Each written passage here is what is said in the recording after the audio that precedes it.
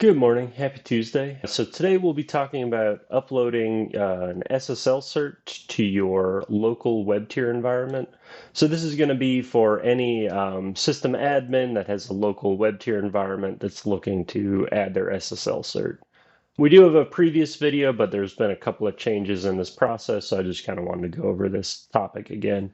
Right, so you can see here, right, I've got my web tier pulled up and it says my site's not secure. So we're going to go through the process of uploading that SSL cert. The first thing you'd actually need to do is get your, an SSL cert from your certificate authority, upload it to your cert store, and then go through the process of exporting it.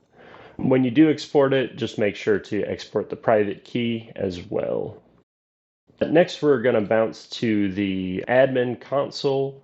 There should be a shortcut on your desktop when you install the web portion of our software. Next, we want to go to the web tab and then HTTPS. Here we have a couple of options. So we do have a tool to generate a free HTTPS certificate. You can definitely use that, but if you have your own certificate you'd like to upload, we're going to actually select this option here. Next, we're going to browse to this path. So it's popped up a Finder on my other window. Let's grab that. And then here we're going to enter this password. And that you actually set when you export the certificate. So just keep in mind, you'll have to, make a note of that. So this is saying we'll have to restart the services or reboot the web server.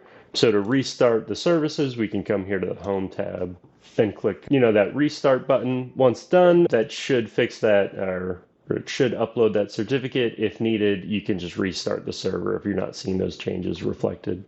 Awesome. Have a good one.